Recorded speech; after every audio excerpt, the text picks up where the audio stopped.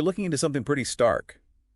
The dual standard in how the U.S. handles drug policy. Yeah, we've looked at sources comparing the response back in the crack and marijuana era, say the 80s and 90s, versus the more recent opioid crisis. And the core finding, for you listening, is pretty striking.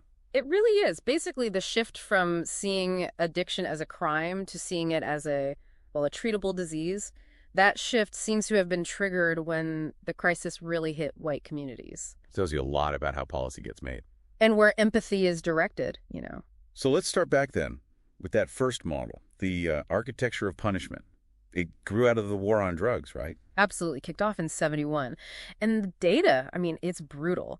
Black Americans locked up for drug offenses 6, even 10 times more often than white individuals. Even though usage rates were similar?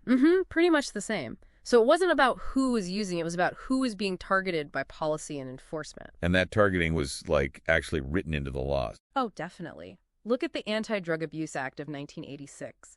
That's where you get the infamous 100-to-1 sentencing disparity. Crack versus powder cocaine. Okay, break that down. 100-to-1. It meant just 5 grams of crack cocaine landed you a 5-year mandatory federal sentence. 5 grams. Right.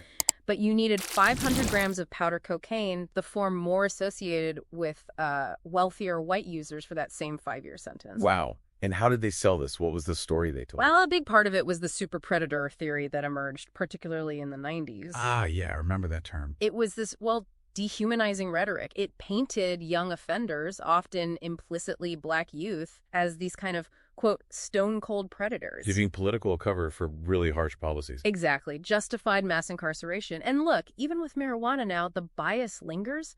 Black people are still almost 4 times more likely to get arrested for possession. Okay, so that persistence makes the contrast with the opioid crisis even more, dramatic. Totally different playbook. The narrative just flips. So the blame wasn't put on the person struggling with addiction this time. No.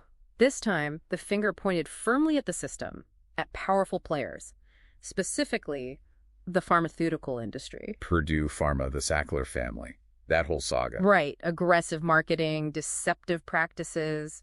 The story became about people being victims of corporate greed or getting addicted through prescriptions, iatrogenic addiction, they called it. And that reframing, seeing people as victims, allowed for a different kind of government response. Precisely. It created the political space for compassion, frankly. Instead of just arrests, the government declared a national public health emergency in 2017. Shifting the focus to treatment. Huge funding boost for medication-assisted treatment, MS.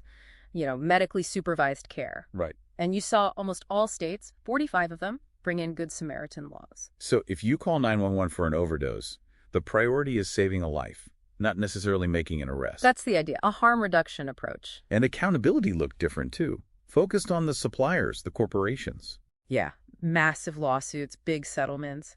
Purdue Pharma, the Sacklers. We're talking billions, something like $60 billion nationwide, earmarked for treatment and recovery. A totally different world from the crack-era response. So when you put these two responses right next to each other... The inequity is just... it's undeniable. The science behind the disease model of addiction existed for decades. But it wasn't politically embraced. Not until the crisis heavily impacted white communities. That's when the policy caught up, selectively. But, and this is a big but, right? This new approach hasn't fixed the old problems. Not at all. There are limitations. Congress passed the Fair Sentencing Act, which reduced that 100-to-1 down to 18-to-1. Okay, an improvement, but... But thousands of people, overwhelmingly black, are still in prison under those original, wildly unfair sentences. The new model didn't dismantle the old one. They just exist side by side. Exactly. It's a dual system. Our sources really highlight this. Black individuals are only about 5% of drug users national. Yet they make up almost 30% of all drug arrests. 29%, yeah. It's stark. So now you see policy experts pushing hard for social equity. Things like automatic record clearing, resentencing, especially with marijuana legalization. And some sources even bring up reparations. Arguing that direct payments are needed to address the generations of economic damage caused by these explicitly anti-black drug war policies. So the takeaway for you listening is pretty unavoidable.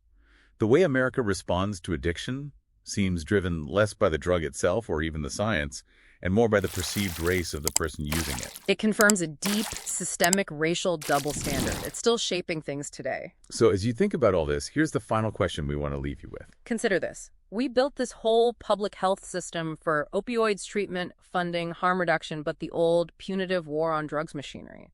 It's still largely intact. It wasn't replaced. The new system was just built alongside it.